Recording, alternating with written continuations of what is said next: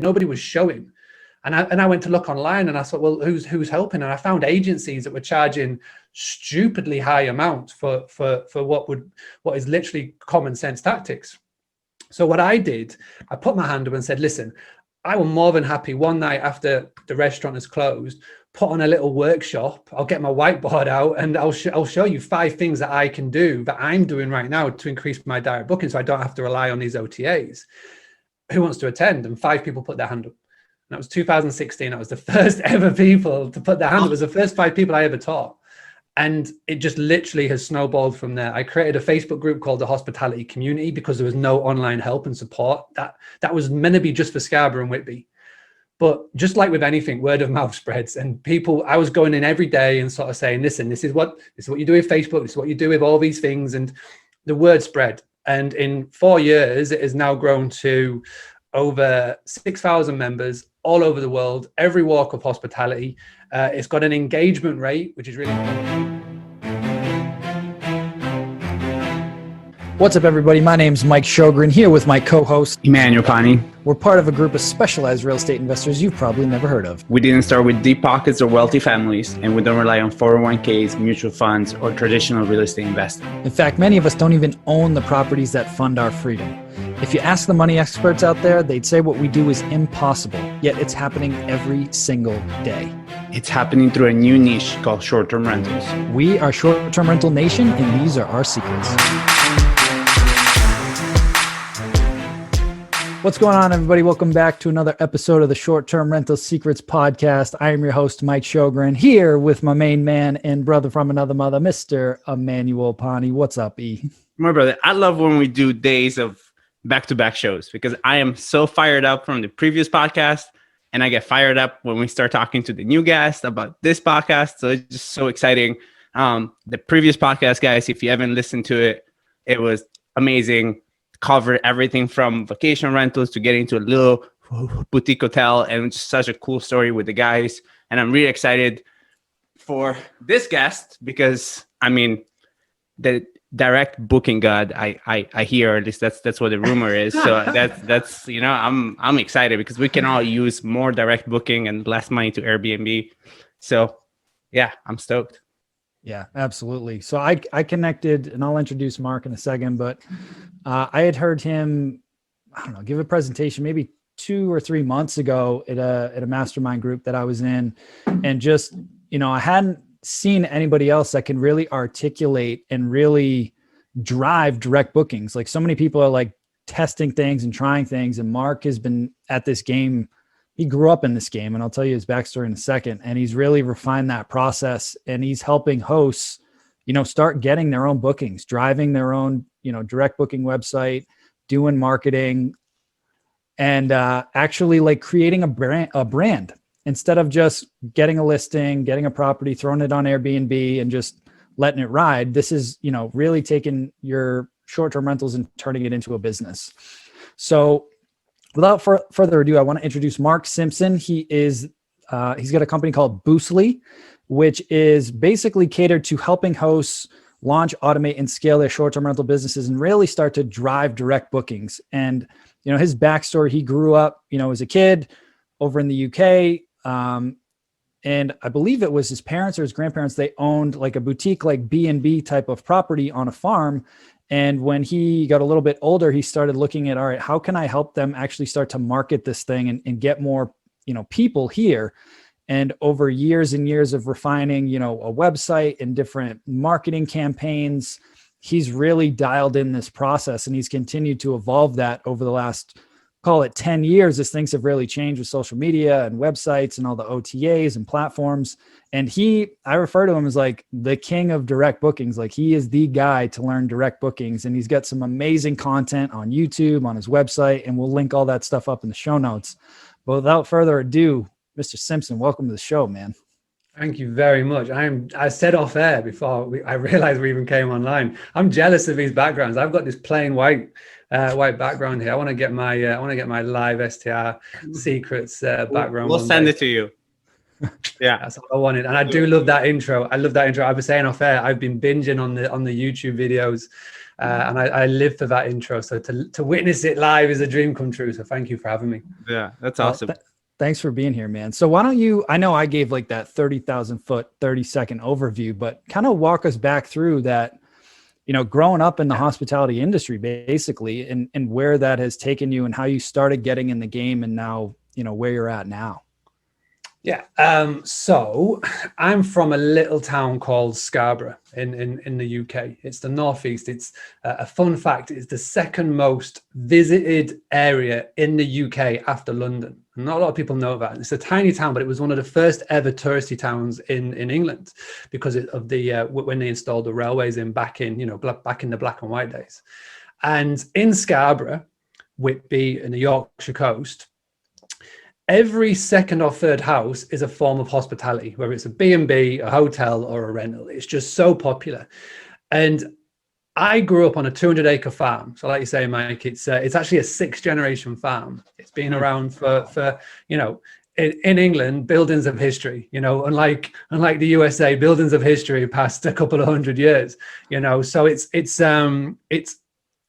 been around for a long time, and it's always been farming, arable, crop, you name it. It's always been that.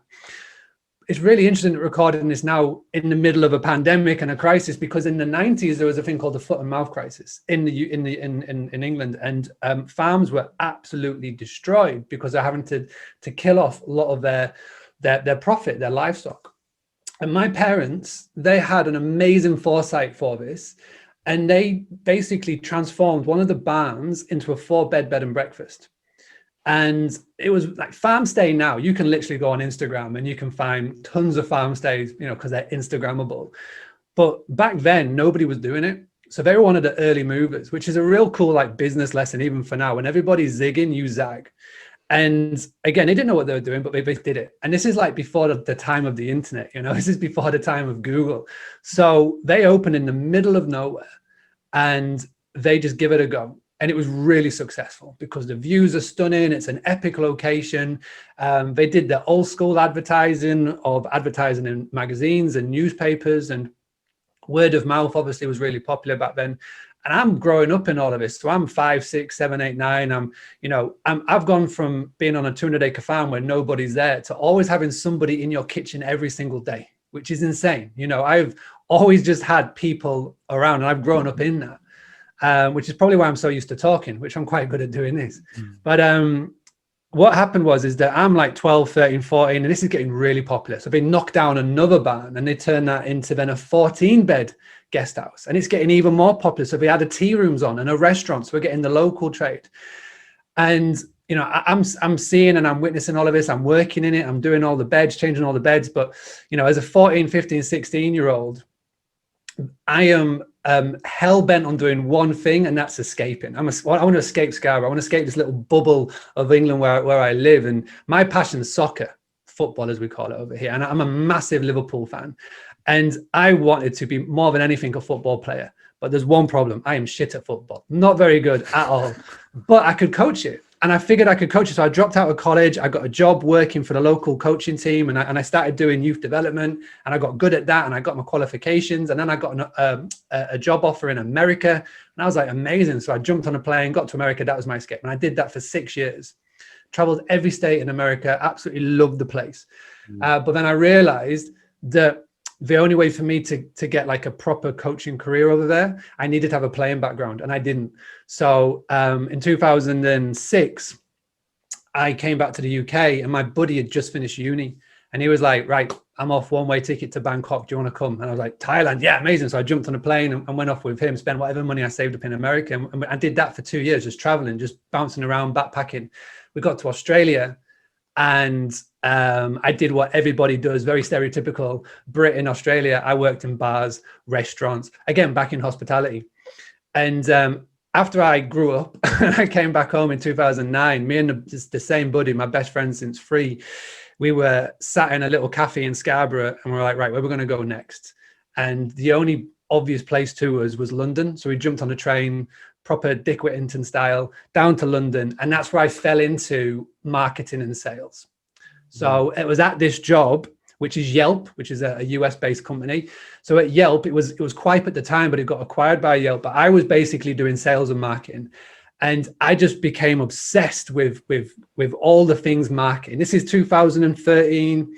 This is 2012, 2011, 2010. So this is when Twitter's getting popular. This is when Facebook's actually becoming a thing. TripAdvisor was the #1 review tool. Booking.com was just about to come on the scene. Airbnb wasn't even around then. Expedia was like the kings of it. And I was just in it, and I was witnessing it, and I was loving it, and I just geeked out on it. And then in 2012, my eldest was born. So I've got 3 boys, 2, 5, and 7. Nearly forgot their ages then. And at that time, my parents had the business for 25 years. And I'm the eldest of 4. And they asked me and my wife if we wanted to come into the business because they've been doing it for a long while. And they needed help getting online.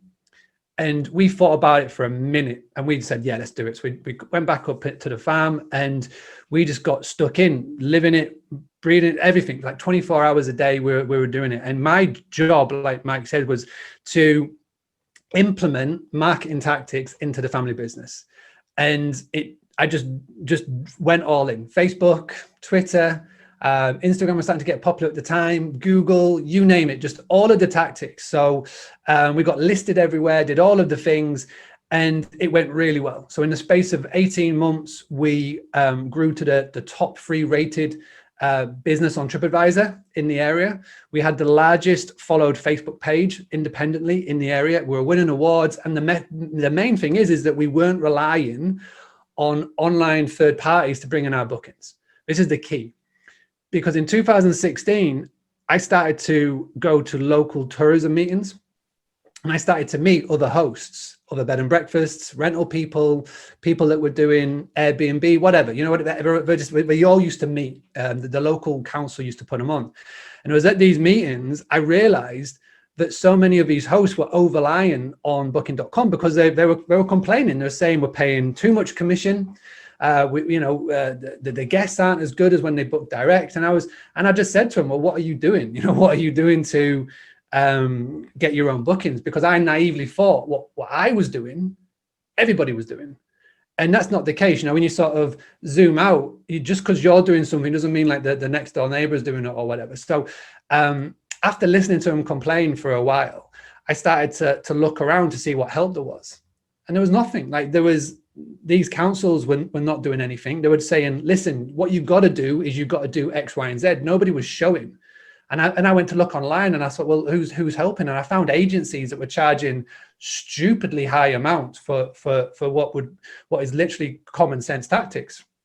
So what I did, I put my hand up and said, listen, I was more than happy one night after the restaurant is closed, put on a little workshop. I'll get my whiteboard out, and I'll show you 5 things that I can do that I'm doing right now to increase my direct booking, so I don't have to rely on these OTAs.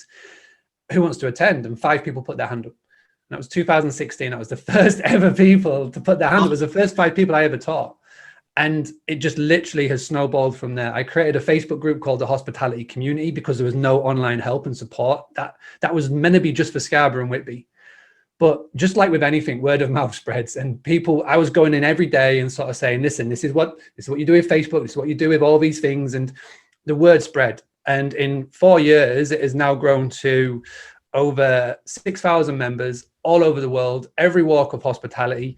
It's got an engagement rate, which is really important, of 95%. So out of those 6,000 members, 95% of them show up every day and engage, which is really key. And it's just become the most engaged Facebook group. So much so that Facebook now are coming to me, wanting to add me into like power admins on Facebook because it's such an engaged group. And the offset of that is that because I was like the admin and I was providing all this help, people were coming to me and asking me questions. And I was like, listen, I can't answer all of these emails. I can't answer. It's literally too much. So what I did is I basically one day, I just set a plan out on my lucky whiteboard, set a whole plan out, recorded tons of training videos on Facebook, everything. I dumped it all into a Dropbox folder and just said, right, this is what I've created. I'm going to call it the Boostly Academy. And that was in 2018. And that was like the first sort of pivot from working one-to-one to one-to-many. And now 2020, We've got over 630 members in that Boostly Academy. We now do website design as well. We are now the market leaders in website design for hospitality industry. We've got the Boostly podcast, the YouTube channel, and we've also got a thing called Boostly Content Creator. So what I've created is just the one-stop shop for anybody who wants to increase their direct bookings and not have to rely on these OTAs, which is what we're going to talk about today. And that's why we have the man, the myth, and the legend in the house, because that is quite the backstory. And to your point, right? Like, I know for me, I did a lot of research around, especially after we got the boutique hotel. It was like, all right, what do I do for like organic actual marketing and not just like slapping it up on some of the OTAs? Like, how do I drive direct bookings? What do I do with this email list of 2,000 past guests that we just acquired? Like, what do I do? Right. And there was nothing that I could really find. And then when I saw you speak a couple months ago, I was like, boom, this guy's got it dialed in. Yeah. So I guess from your point of view,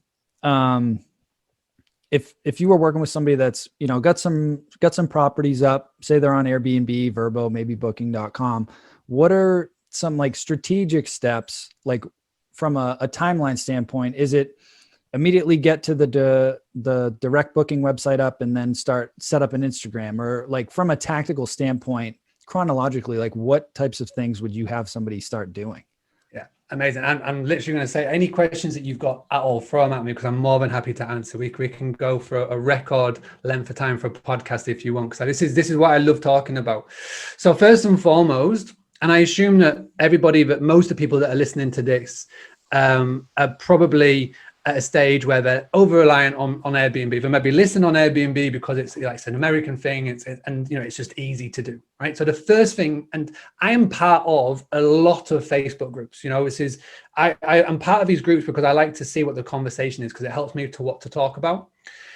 And especially in America in particular, I've discovered a lot of Facebook orientated groups around Airbnb. And I love looking in there because they literally are on Airbnb. Everything is synced to Airbnb, and that's it. And the big motto that I've been saying for 4 years, and everybody just goes, yeah, Mark, all right, sound, it's all right. 2016, yeah, it's all right. You're talking about that. You just go there in your little corner and talk about direct bookings. 2017, stay over there in the corner. 2018, 2019, literally stay over there, don't talk to me. 2020, middle of March, when Airbnb do the Thanos snap, and literally everybody woke up and the notification said, oh, by the way, Mr. Guest, doesn't matter what the cancellation policy is over here, you can freely cancel your Airbnb.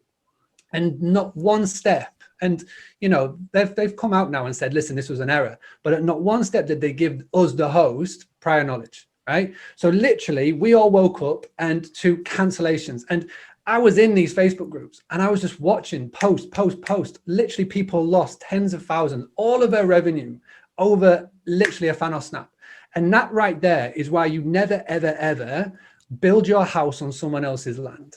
All right. And this is the important note to everybody watching. Now, I absolutely loved that interview with the Aussie, Julie George, the $1 Million host. She's great. I love Julie. Phenomenal lady. And I'm stalking her all over social media because I want to chat to her. But there's one question I would love to ask her is, what did she do? Because Australia has had one of the strictest lockdowns in the whole world. Australia, New Zealand, really strict. They couldn't accept guests in anywhere. They literally couldn't go out of the state. So what was her mindset in Australia in March and in April? Because she heavily admits it. She relies solely on that platform. And you asked her the question about, do you try going elsewhere? And she was like, nah, I'm sound. But to me, that is the biggest error. Now, maybe she can get away with it because $1 million, $8 million host, which is phenomenal. But it's like, the problem is that if you are loads of levels down here and you haven't got that massive revenue that you can just offset, and you are reliant month to month to make sure the bills are coming in so you can pay your landlords, that your property people, that you're doing it. Like, it's the worst thing that you can do. So I am not saying boycott the OTAs, far from it. I list on everywhere.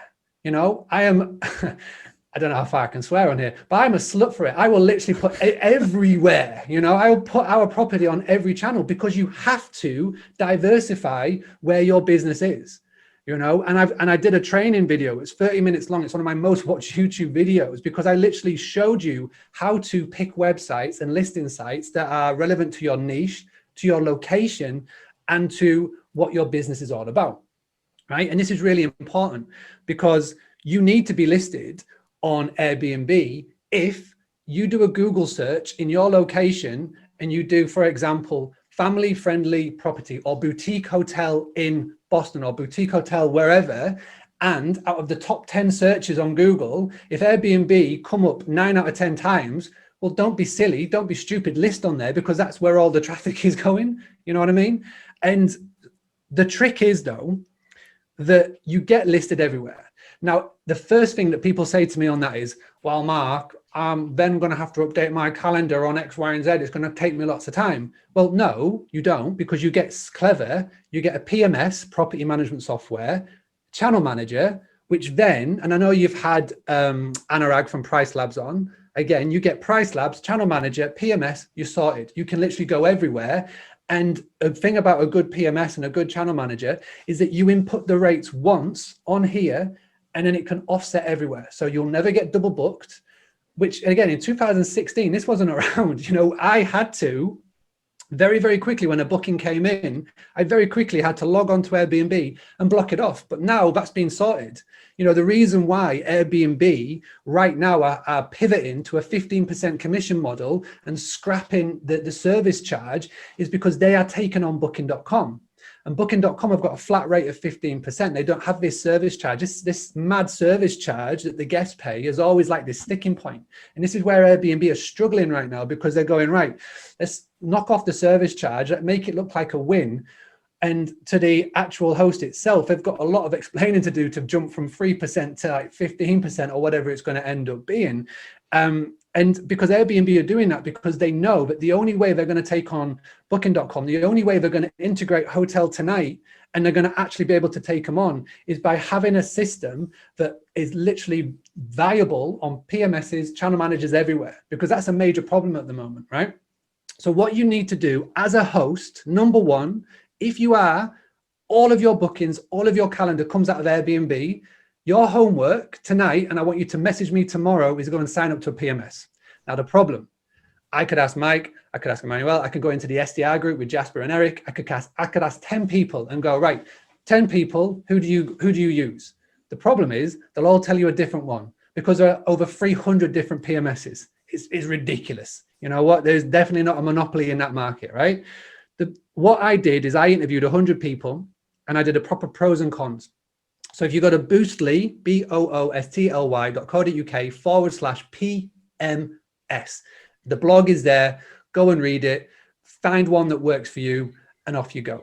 Or check out this guy, Terry White. I don't know if you've ever heard of Terry. He's part of Matt Landau's Inner Circle group. He's a phenomenal guy, Terry. He's Mr. PMS. What he doesn't know about a PMS isn't worth knowing. And he created something called the Keystone Awards. And the Keystone Awards, we're about to do one for 2021, but they take all of the PMSs and they do a proper award show. I think Touch Day, I know you've had David. David's how we got in contact. You know, David from Touch Day, they actually won, not Touch Day, Hostfully. Sorry, Hostfully. That might be getting me in trouble. But Hostfully, they won the PMS Keystone Award. All right. And amazing guys. I love Hostfully. Hostfully sponsor my podcast. I've known them for years. They're really good guys. Brad and David, everybody at Hostfully. Touch Day are amazing as well. Hostfully are really cool. And they got the PMS. So you can either go with the prestige or you could just do your own research. My own recommendation, find 3 or 4 that everybody shouts about and then call them up and have a demo with every one of them. Whichever one works for you, go with. But the main thing is do it. Don't procrastinate. I know people that spend months figuring out which one they're going to go with. It's ridiculous. Just pick one and go with it. Done is better than perfect. That's a quote from Mark Zuckerberg. And I think he knows something about getting a business going, right? So you've got your PMS. Next thing you need to do, you need to get a website.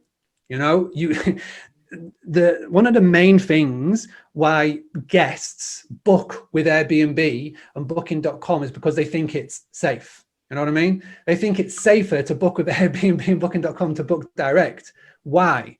Because most hosts, when it comes to somebody taking a direct booking, a guest will come to you, right?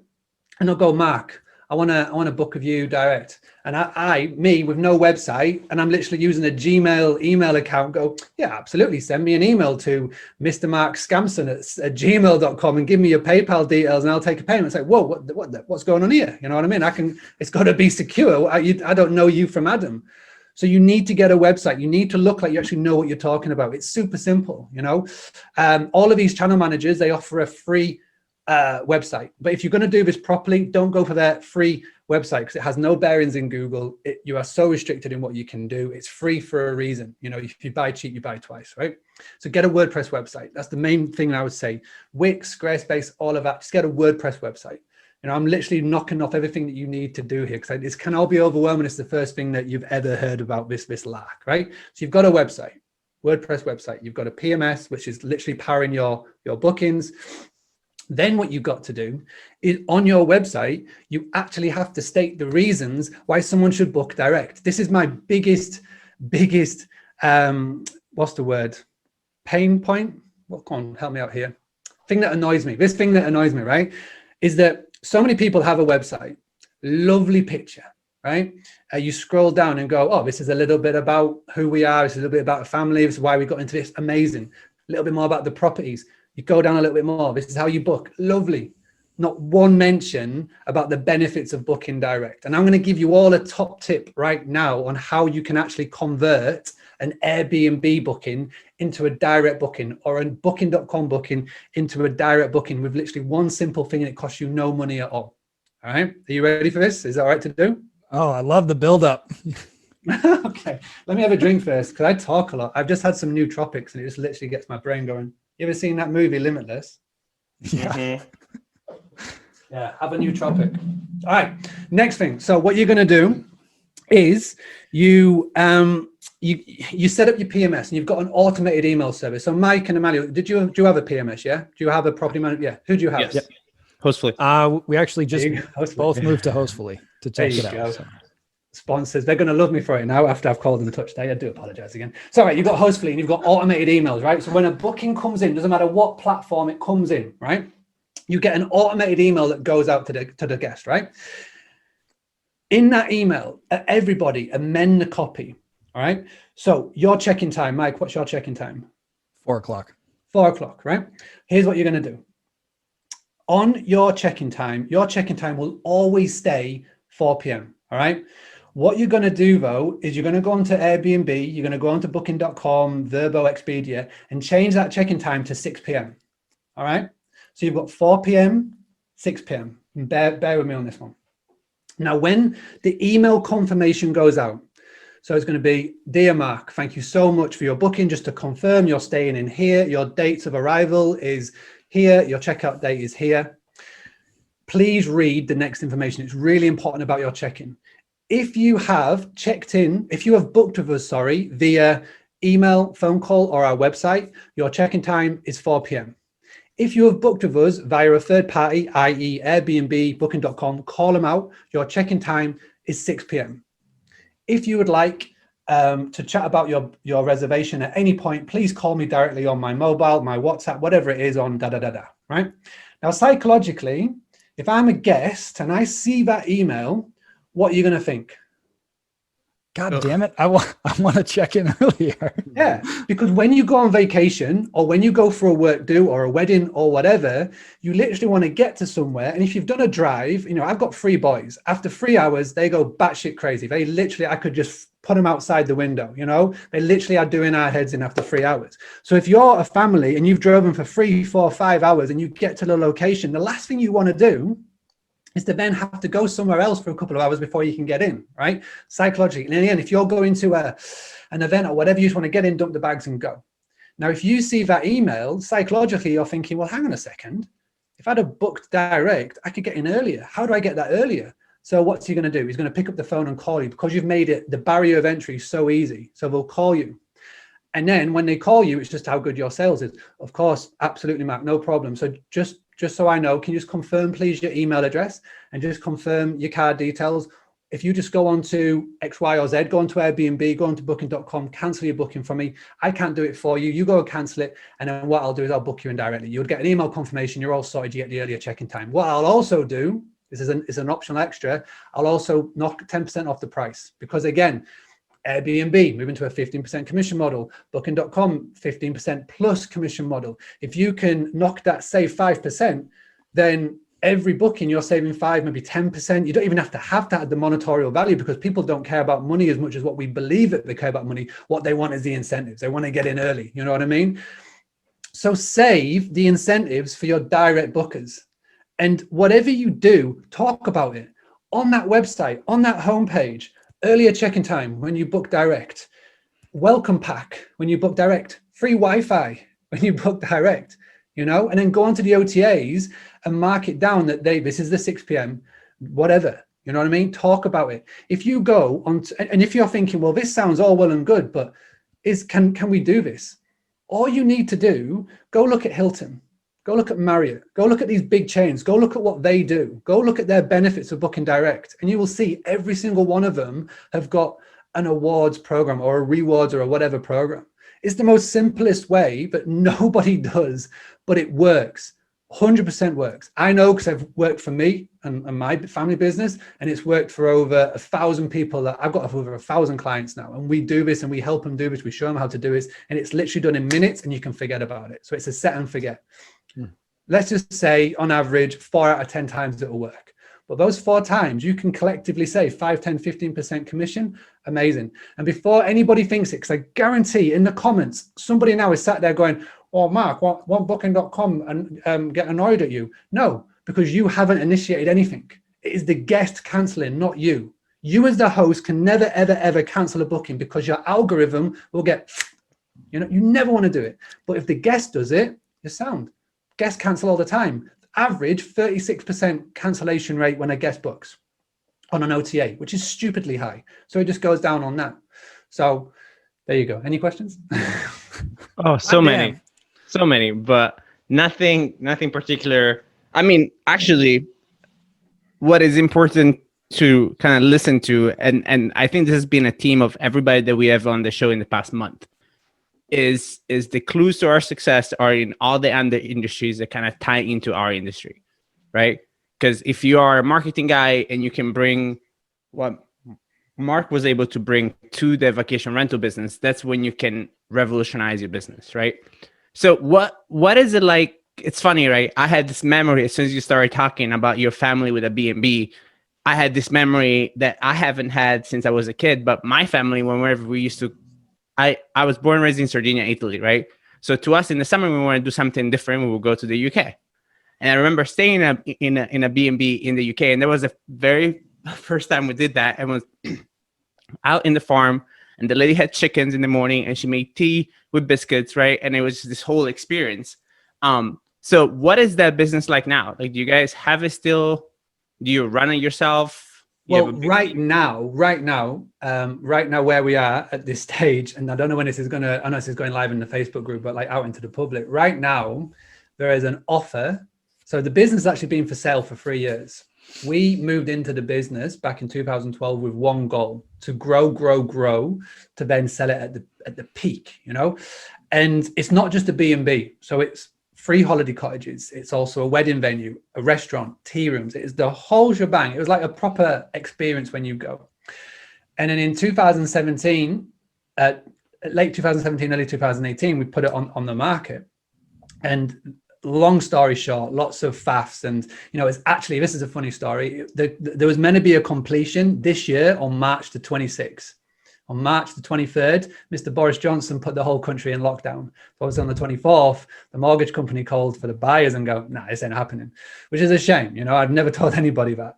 But we're now getting to a point where the new buyers have come in, and hopefully next week there's going to be a completion. So my mum and dad can retire, and we can just close that chapter on what has been a phenomenally successful time. But one thing I do want to say, I just want to pick up on what you're saying. And I know full well that there's going to be at least one person in the comments, or one person that is thinking this is, well, you're hospitality. We're not really hospitality. As soon as you get a guest walk through your door, I don't care what you say, you're no longer property managers or property people or whatever you want to call it. You are in hospitality. You're in my world, because you have got people in your house or in the houses that you're looking after. So you may be thinking, well, this is all well and good, but he came from a B&B background. Bullshit. All these tactics work for this business: hospitality, rental, glamp site, farm stays, big hotels, little hotels. They work for everybody. The trick is, are you going to action on it? And this is what I want everybody to be doing. Like, you can hear that. I mean, there's so many content out there. You've got an amazing podcast. I love what you guys do. The two of you bounce off each other so well. And I love the interviews and who you're interviewing. I binge off. It's one of my lists, right? There's so much content here. And you've got so many other people now who are doing like marketing for hospitality. But the problem that I see, and I see it every day, is that people just listen. And then you go, all right, well, what did you do last week? Nothing. I just, I watch Netflix, Mint series on Netflix. You know what I mean? It's like, take one thing that I tell you today and do it tomorrow. Whether that's get a website finally, get a PMS, do that email trick, just do one thing. And I guarantee you, if you start doing that now, in 6 months' time, and say for whatever reason, and it doesn't have to be a global pandemic for that Thanos snap. It literally could be, you could wake up one morning and Airbnb have gone, I'll just cancel your account. Or it could be you get 2 bad reviews in a row and you're literally, your algorithm tanks, your superhost status goes. Let's start now preventing this from ever happening again. So if for a reason, if Airbnb literally does go down the shitter, then you have got other avenues that you can go down: booking.com, direct bookings, Expedia, VRBO, or whatever comes along next, whatever this thing going to be. My big goal, the reason why I do all of this, is that 4 years ago, I set a 25-year goal. In 25 years, I want to get the OTAs to lower their rates and to give more power back to us, the hosts. And the only way I'm going to do that is by not just standing on the Granaries Facebook page and going book direct. Because I'll just literally look like that loon in the middle of the town centre or on the high street holding up a sign saying the end is nigh. It's not going to work. The way I'm going to do this is by coming on podcasts like this, by doing my own podcast, by basically educating the hosts. Educate the hosts to show them what they can do, and then the hosts then educate the guests. Educate the guests on Book Direct. And it is slowly happening. It is slowly happening. 5 years in, it is definitely happening. If you've got to just go onto the Skift forum, look at the Skift news, direct bookings this year, because Airbnb and booking.com have closed off so many calendars because of lockdowns, everybody now is pivoting to direct bookings, which is why I'm really ramping up what I'm talking about, because it's the perfect time now to act on it. So whoever's listening to this, all I ask is just do one thing. Don't get overwhelmed, because I do throw a lot of stuff your way and I talk really fast in a weird accent, but just do one thing and you'll be sound. 100%. And for those to take the action on getting the direct booking site, just go to Boostly. Like I've sent a couple people over there. I know, my buddy Nick just bought a jailhouse that he turned into a B&B. You guys hooked him up, set it all up. And like, it's so reasonably priced. I was telling Mark offline, I'm like, dude, I got to get you to charge more, because the value is so insane for what you guys do. It's massively valuable. And just when you take it to that next level, not only does it give you more control, it boosts your brand. And then I know for me, initially I was thinking like, well, I still don't want to be the bad guy. Like in a pandemic, like I get it, people need to cancel. But what you can do to manage cash flow is, I'm not the jerk, but I'm just like, okay, that's fine. I'll give you a credit to a future stay, but you don't control the cash. When you're on an Airbnb, you can't really offer that. But if they've already made their deposit for the stay in 2 weeks and somebody gets COVID, it's like, I totally get it. You got to take care of your family. We're already past the cancellation period, but what I want to do is I want to offer you that credit. We'll just move that credit to a future stay. And then boom, like you're managing your cash flow that way and everybody wins. Yeah, 100%. And you've hit the nail on the head. You had the power to do that. When it's a direct booking, people always assume the direct booking is that, oh, you save the commission. That's not it at all. That's not at all. The most valuable commodity that there is in the world right now, if anybody's watched Social Dilemma on Netflix, it's data. Right? And this is the reason why Airbnb are so pernickety at trying to give you information. They don't want it. I can see a point next year or in 2022 where they stop giving you the phone number, because they are so anal about this, because they don't want you to have their email address. They don't want you to contact the guest and convert them to a direct booking. They are so paranoid about that, because you then have to play by their rules. And with this IPO that's happening and all this sort of stuff, they're going to give and throw more barriers in front of you. And they've already started doing it with their automated email templates that you can do, you know, within the Airbnb platform now. They're going to start doing that more and more and more. With a direct booking, and this is the big, again, another thing that gets thrown at me, is that just because a direct booking doesn't mean they can't cancel. 100% not a chance at all. But you've got the ability to be human, pick up the call and go, listen, Mike, I totally understand lockdown happening right now, or all the things that's going on right now. If you need to cancel and if you need the money, 100%, I will refund you in full right this second. But, and this is where 2020 has shown anything, you've just got to be more human. Just have a 100%. one-on-one conversation. If you show humility and you just say, listen, you know, we are getting so many cancellations. If you can do me one big favor, and instead of canceling, let's change it. We'll change it to any date in the future. And I'm more than happy to move it at any point in the future. We'll give you credit. Literally, we will do that for you. And also as well, we'll do X, Y, and Z. What you find now is that, again, people always assume that nobody has money. If you look at the guests that have been booking since July, when lockdowns were started to lower, to now, the majority of the people are booking are the ones that are earning middle to high class wages. And as well, a lot of them now are the ones that are traveling due to work. So they are doing the workcation. So these are people that are self-employed that maybe live in a big city, especially in America. This workcation thing is going crazy. So much so, Airbnb are changing their algorithm and changing their filters to include Wi-Fi speeds, because they know that this is the thing that so many people are looking for right now. So the people that are booking have the money. They have the money right now. So let's not assume that nobody has money just because of what you read in the media. You know, if you just have a one-on-one conversation with them, then you have that ability. You don't get that with Airbnb. You don't get that with booking.com. You don't get that when you build your house on someone else's land. So this is why it's really important. Yeah. One thing I want to touch on, because I know we're getting later into the interview, I want to touch on, so we've got the website set up. We're all set now for the direct bookings. I think a lot of people have this fear around, how do I get people to my site? So we don't have to go into like super detail, but what are some of the different strategies that you have seen that work well? I know the Instagram ability thing is huge and setting up those, but is there some that you're seeing right now that are kind of trending on the rise? I am more than happy to give you loads and loads and loads, but yeah, let's just go to the ones that are going to work right now, because I want everybody to be packed off with short-term wins. So one of the big things that's come out 2020 is that everybody is online, even more than what they were before. It was crazy when Italy was one of the first countries in Europe to go into lockdown. A week after they went into lockdown, the report came out that I think the internet increase was about 70%, which is insane. So everybody has got one of these all the time. And everybody was on lockdown. All over the world, there's been different forms of lockdown. You have to stay inside or whatever. I'm in Spain. It's still a bit crazy. But again, what it means is that people have been on this so much. And once you start getting on this thing more and more, it's hard to shake it, right? And where do people go when they're bored? Facebook. It goes on Facebook. And one part of Facebook has really taken off this year, which is Facebook groups.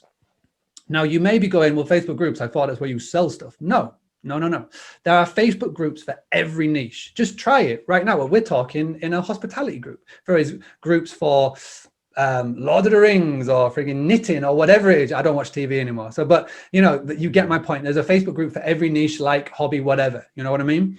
So what you need to do is, I would right now go into Facebook. So go in the top left-hand corner of Facebook, there's a search bar, and type in where your units are, or your properties are. Type in the local area. So Boston or wherever it may be. Type in just the location, and then you get to filter it. You'll see pages, blah, blah, blah, blah, blah. One's groups. Click on groups, and you will see tons of groups in your local area.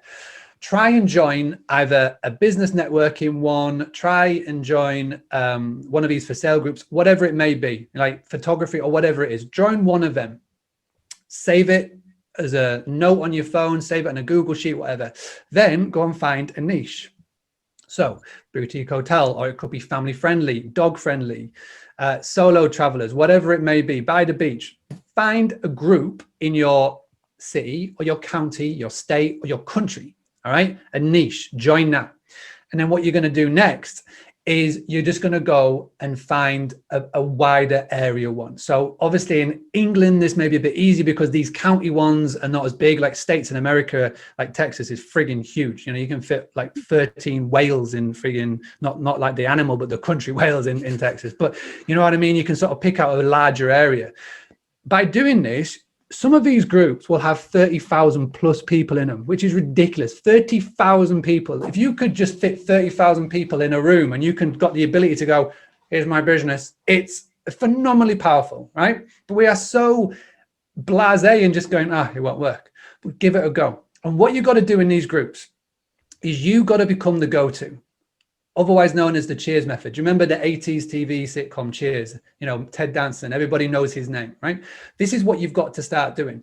Go into this group, literally spend 5 minutes a day in each of these groups and just answer questions, because there's loads of questions in them, because people don't realize that Google exists. And you know, you can Google this question, but literally, you know the people, I know the people, you know the people. They go in and they just type a question.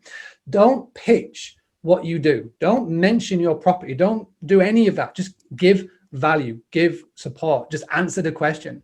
And if you do it every day, 5 minutes a day. So I'm not asking for like hours. It's literally in the commercials of whatever TV or sports show you watch. You know what I mean? Do it for 5 minutes a day in 3 groups.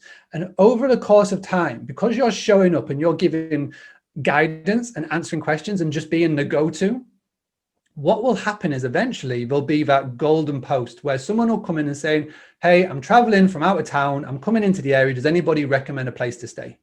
And because you've been answering the questions, because you've been the person that's popping up loads and loads in the group, somebody will go, yeah, check out Mike. Mike's got a business, does this sort of thing. Go check him out. Now, the other key point to make is that you've got to go and optimize your personal profile on Facebook, 100%. The amount of people that don't do this is ridiculous. Now, everybody that's watching this, type in on Facebook, so or in the URL bar, type in FB, which is short for Facebook, fb.me/Mr. Mark Simpson, MrMarkSimpson. Go on there and you try and tell me that I don't tell you instantly when you arrive on there what I do. It's super clear. But the amount of people that are, it's like they're afraid to say that you've got a business in and you're doing short-term rental. It's like, oh, I'm a little bit nervous. I don't want friends and family to know that I'm doing this. Bullshit. Put it up there. Be proud of it. You've got an amazing business. You are literally creating memories and experiences for people. Go and sort it. So you've got the ability to tag in your business page. You've got a little 200-character bio. Put it in there, because you'll be amazed at how many people click on it. Even if they don't add you as a friend, you'll be amazed at how many people click on it. And if you're one that really likes to keep business and personal separate, go and create another personal account and just add your mum, your dog, your wife, or whatever. Keep this one as like treat it like a LinkedIn. Everybody's getting into this LinkedIn thing right now because they think that's where all the bookings are going. That's where all the people are heading to. But get it, I promise you, change your profile, optimize it so it adds in what you're doing, your business, your website, or whatever. Because if you become the go-to in these groups, people will click on your page and then they'll start to either send you a message, or they'll go onto your website, or they'll do X, Y, or Z. Now, if you're thinking, well, that's not going to work for me, that's exactly what I did for the granary. If I told you about how we became the most followed page in the local area, I did that. And then that's exactly what I've done for Boostly. So now it's amazing. There's so many groups. That's what I'm looking at right now. You can go into any hospitality Facebook group on Facebook, and I mean anyone. And if you see somebody asking a question, who do you recommend to build a website? I guarantee you in every single one of those posts, my name will get mentioned, because I've done exactly that. I've not gone in to sell. I've not gone in to be spammy. I've not gone in to go, hey, check out my YouTube video, or I can do this. I've just gone in and help support and do all the things. I've got people that come on board, website clients, because again, we've got really good rates, because I'm not in this for a Lamborghini. I don't care for cars. I drive a Peugeot friggin' Rifter. You know, I don't want to be that guy with the garage where say, hey, look at all this. I don't do it for the money. I literally do it because I've got this stupidly big goal to get these OTAs to start to give us a little bit more credit for what we're doing here. And so because of that, I don't charge stupid rates. I charge reasonable rates, because I've been on the other side of the table. I've been the host who's trying to, you know, back in 2012, trying to get a website or getting help and training. And I've got some guy on the other end of the phone saying, yeah, that'll be $10,000, please. I'm like, what the hell? I'm a freaking bed and breakfast in the middle of North Yorkshire. You know what I mean? So 100%. because of doing and your that, energy is infectious, right? Like people can feel when you're being authentic. Like at the end of the day, like people, whether it's your guests, whether it's people that you're trying to help, like people feel authenticity. Like our BS radar is through the roof because we've all seen that kind of stuff. Yeah. And like for you, like, I mean, this episode, you guys are going to want to put this on repeat and watch it like 4 or 5 times because Mark has literally a second one. We're going to have 100%. And one thing I want to, please get me back. I would love to. And one thing I want to throw out real quick, because I do want to be respectful of your time because we got about 3 minutes left, is we are working, I've reached out to Mark. We're working on putting together a virtual summit in Q1 of 2021, thinking probably mid to late January. We're still finalizing some dates and some things, but Mark is definitely going to be there. Like he's such a wealth of knowledge. And as you can tell, man, like he's super giving, love his energy. Like he's super passionate about the industry. So we'll link up all his contact info, all the Boostly stuff, his YouTube page in the show notes. You guys definitely want to check that out. And then Mark, we got 2 minutes. I want you to answer the final question. What is your number one secret to success with short-term rentals? You know, I did know this was coming. I did know it's coming because I do listen to the episodes. It's super simple, and I've said it already. Don't build your house on someone else's land. It's the key, 100% the key. And you know, you may be there thinking, how do I get started? It's super clear. Well, I tell you what, go to boostly.co.uk/5 steps. Just put that in. It'll take you to a page. Now, what I've done is I've created 5 key ways for free on how you can increase your direct bookings. It includes Google, email marketing, website, and a couple of other things I can't think off the top of my head. It literally, I show you how to do each one of them. I had somebody, a bed and breakfast owner in Blackpool, messaged me 2 weeks ago. Said she did that. She did the Google tactic and it had worked within 48 hours. So literally go in and like I said right at the very start, just implement one thing. Just do one thing, because I've thrown a lot at you because I do like to make sure that everybody gets at least one thing from this. Do one thing and you'll be sound, whatever it may be. And everything that I show you is free. All these tactics and tips are free, don't cost you any money. And if they do, it's very little, because at the end of the day, you can take the boy out of Yorkshire, but you can't take Yorkshire out of the boy. You know, I'm a son of a Yorkshire farmer. You know what I mean? So we don't like spending money. So again, everything that I show you will not cost you much money or free. Dude, I love that. And I can't thank you enough. Like this has been one of the most info-packed episodes we've ever had. So you have outdone yourself, leveled up this show. Truly appreciate it. And we will definitely have you back. What time is it there, by the way? I know we got to wrap up in 30 seconds, but you're over in Spain. So I'm on the 8 o'clock. I'm sound. I'm good. All right. I am good. Thank you very much. But no, I've loved it. Thanks for getting me on. And, you know, I'm glad that there's been, I really hope there's takeaways. If anybody has got a takeaway, just email me. Let me know. Let me know what your takeaway is. I love getting emails. I love getting messages to say, I listened to you on here and this was what I took away. So please get in touch. Don't feel like you can't get in touch. I love it, brother. Thank you again for being here, and we will talk to you soon. Hey, STR Nation, if you enjoyed this episode, please make sure to hit that subscribe button and leave us a review. And in the comments, let us know what topics you want us to cover on upcoming episodes, and we'll make sure to get that in the books for you. And if you really want to learn how to launch, automate, and scale your short-term rental business, if you want to go deeper, then check out our free masterclass at strsecrets.com.